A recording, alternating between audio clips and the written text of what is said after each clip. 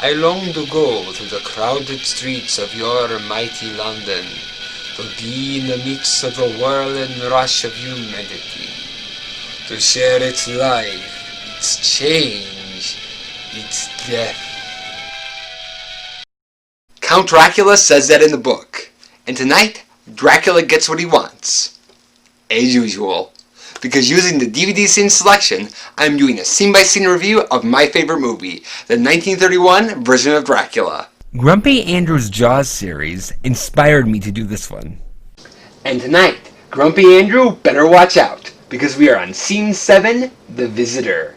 In this scene, Count Dracula has arrived in London, England. He kills a flower girl, and then proceeds to the Royal Albert Music Hall. There he meets Dr. Seward, his daughter Mina, Mina's fiancé John Harker, and Mina's best friend Lucy Weston. Lucy is enamored with the exotic Count Dracula and discusses him later with Mina.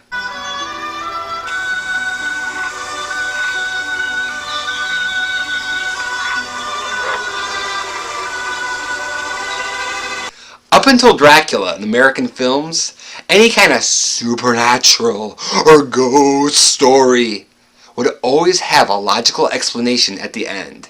Kind of like on Scooby-Doo, how at the end they take off the mask and it's not a monster gang, it's Professor Flaky. Dracula was something new, and it was important that audiences could believe this character, otherwise it wouldn't be scary. The movie began in this romanticized version of Transylvania, where it was easy to believe in vampires because it felt like a fantasy. But now, through the strong writing and acting, we have totally suspended our disbelief and accepted this fantastic character of Count Dracula as being real. And now we can believe him anywhere. So they transplant Count Dracula to modern day, for its time, London, England. And this section of the film takes on a Jack the Ripper type atmosphere. Jack the Ripper is the still unknown serial killer who murdered and mutilated prostitutes in the Whitechapel district of London, and was the first serial killer to be world news. Bram Stoker was the business manager for the Lyceum Theatre, and during this time, they rented out the theatre to a popular touring production of Dr. Jekyll and Mr. Hyde, but it bombed because suddenly real life was scary enough. Someone even accused the actor of being Jack the Ripper. So Bram Stoker was not only aware of Jack the Ripper, his life was personally affected by it.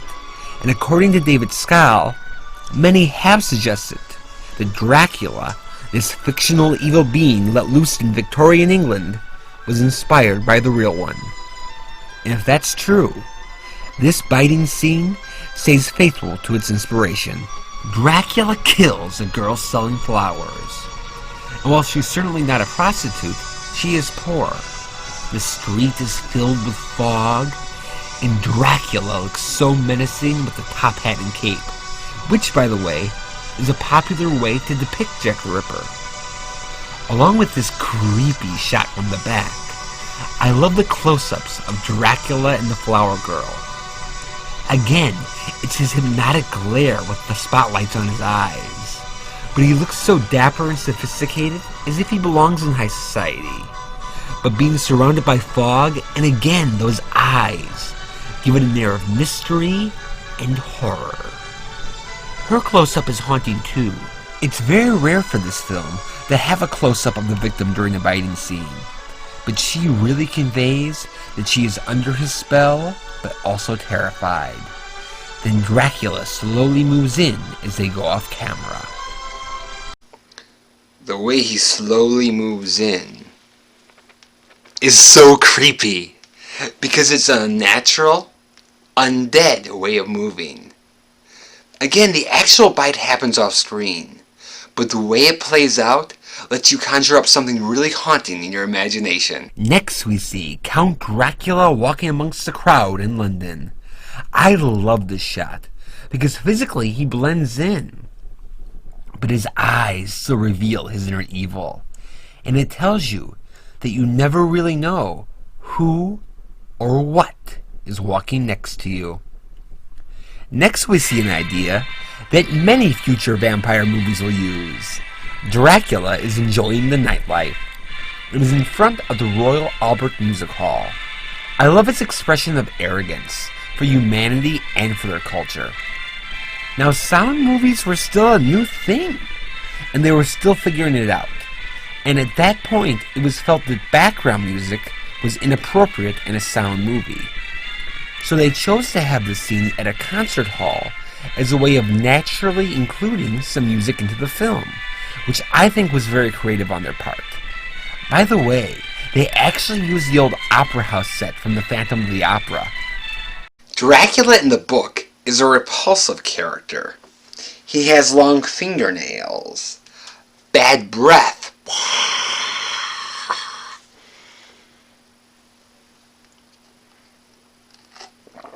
this time it's not blood, it's coffee. And while you always feel his presence, physically he's only in the story here and there. But for the play that was done in England and then later on Broadway, you needed a Dracula who could be on stage and interact with the other characters. So the theatrical manager, writer, and actor Hamilton Dean changed Count Dracula into a charismatic trickster figure. Count Dracula's London home is Carfax Abbey, which is right by Dr. Seward's sanitarium and his estate. So Dracula wants to meet Dr. Seward and his group so that he'll be welcome at his home and it'll be easier for him to operate. So what Dracula does is so smooth. He hypnotizes the maid to tell Dr. Seward he has a telephone call in the lobby. That way, the maid will open the curtain to the opera box and say the name Seward, so that Dracula could tactfully strike up a conversation. And this conversation is well written, spooky, and while he remains a mysterious figure, it reveals elements of the Dracula character. And after you deliver the message, you will remember nothing. I now say, obey.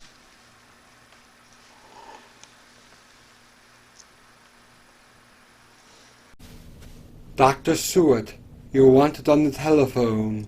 Thank you. Well, excuse me, dears.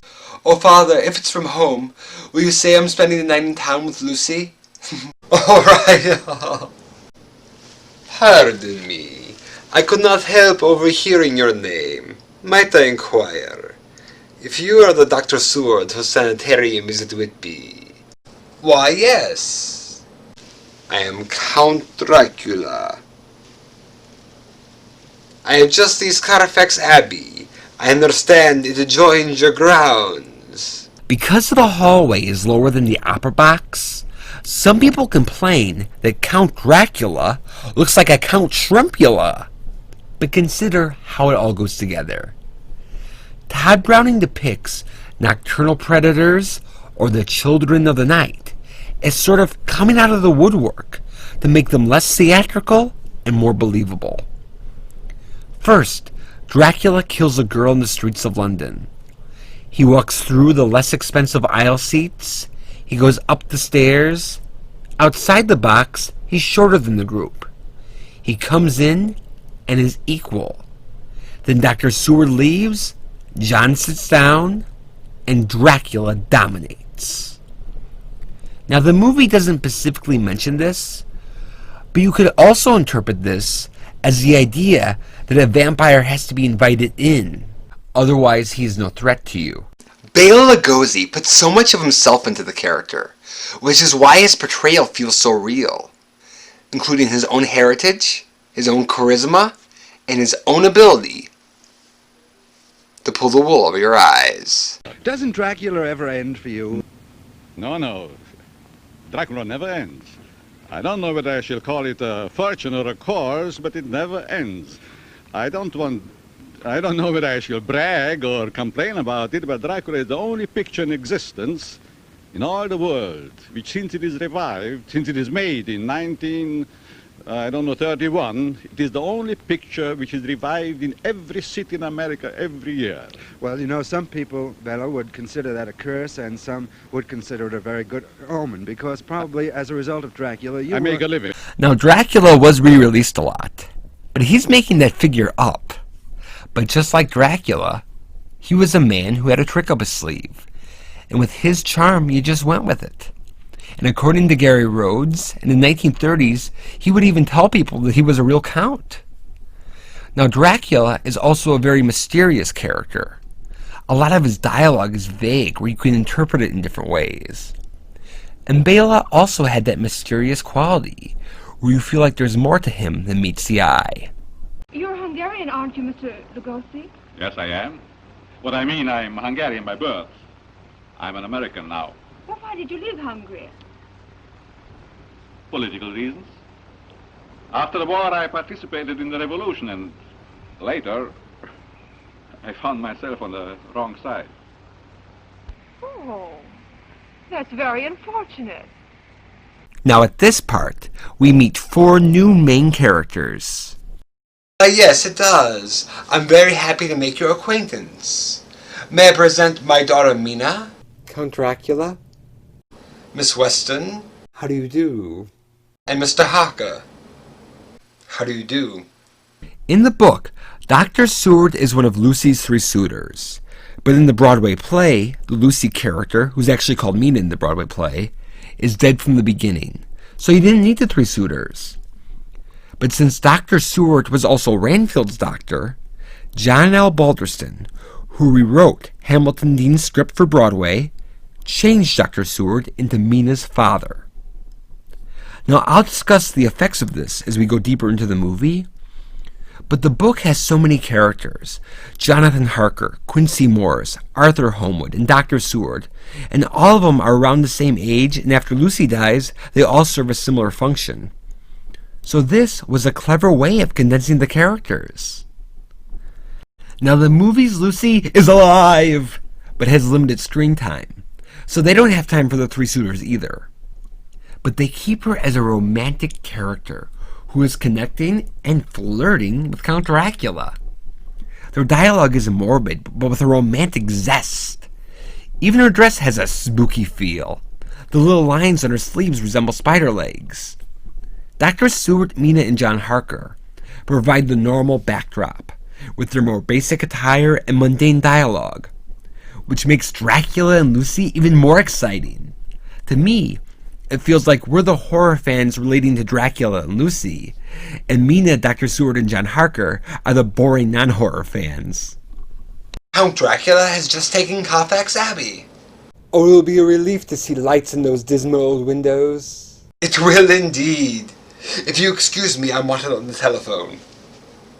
The Abbey can be quite attractive, but I should imagine it need quite extensive repairs. I shall do very little repairing.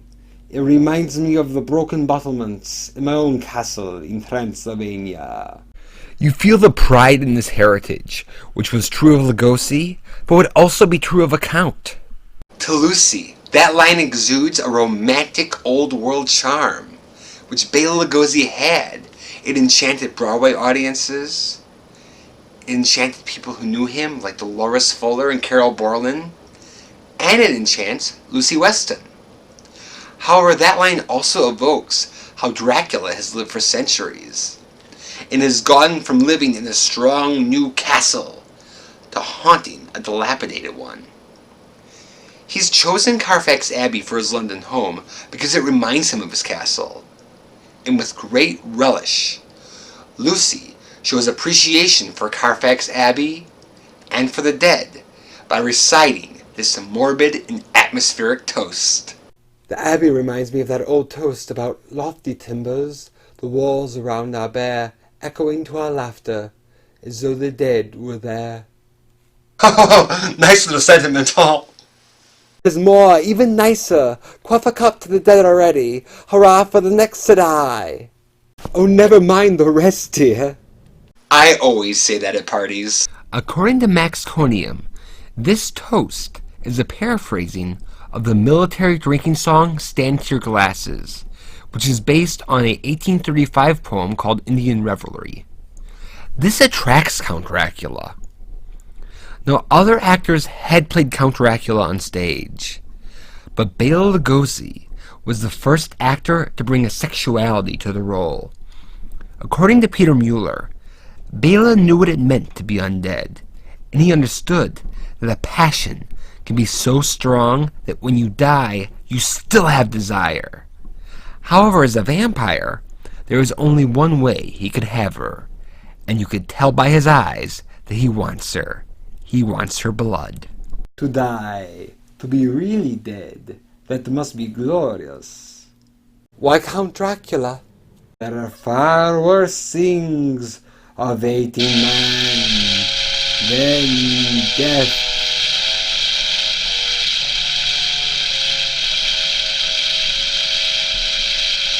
So many of Dracula's lines have double meanings. One for the person he's talking to, but when you interpret it, it reveals what he's really thinking. For Lucy, these lines make him seem more mysterious and sophisticated, like an Eastern European count should be. But they also reveal that as much as Dracula looks down upon humanity, he envies their ability to die, and that this is a curse. However, they also reveal that Count Dracula is already planning and relishing the thought of turning both Lucy and Mina into vampires.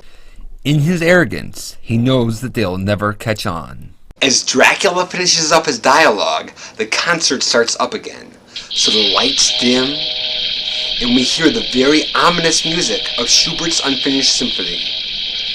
So they use the natural environment of a concert hall to create a spooky atmosphere and enhance Dracula's sinister persona. We transition from the sounds of a grand orchestra to an intimate music box in Lucy's bedroom, and Lucy and Mina are discussing the Count.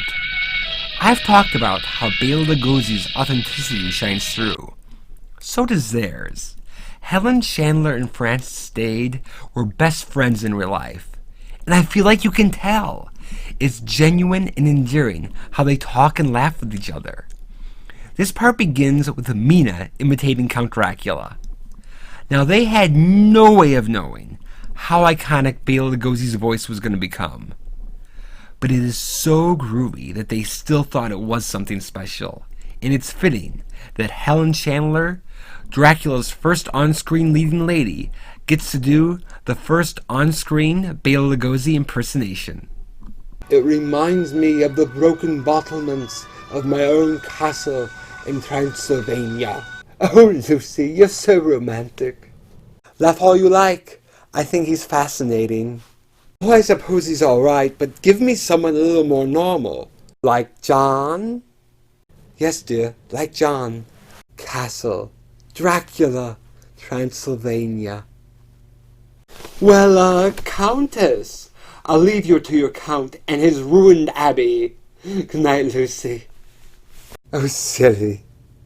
Good night, dear. I've always thought that shadow in the background looked like the silhouette of a bat, visually suggesting Dracula's presence. Now, many have criticized Helen Chandler's performance as being too lifeless. But that's after she's bitten. She's full of life here, and it illustrates the changes that come later. Now, not as much as Bela Lugosi and Dwight Frye, but when compared to the other actors, who are very much giving typical 1930s performances, Francis Stade brings a deepness to Lucy Weston, which in this film links her with Bela Lugosi and fits the fate that awaits her. Some people say that Dracula goes downhill after they leave Transylvania. But I think those people are a big pain in the neck, because I love Scene 7, The Visitor. Dracula gets to be so spooky, the way he kills the flower girl and is planning on drinking Lucy's blood. But he's so charismatic that as evil as he is, you can't help but want to be like him. And that's the magic of the character. Plus, Francis Stade is a fantastic match for Bela Lugosi. And while her role is small, she is in one of the most iconic parts of the movie, as you'll see next time in Chapter 8, Death Comes at Night.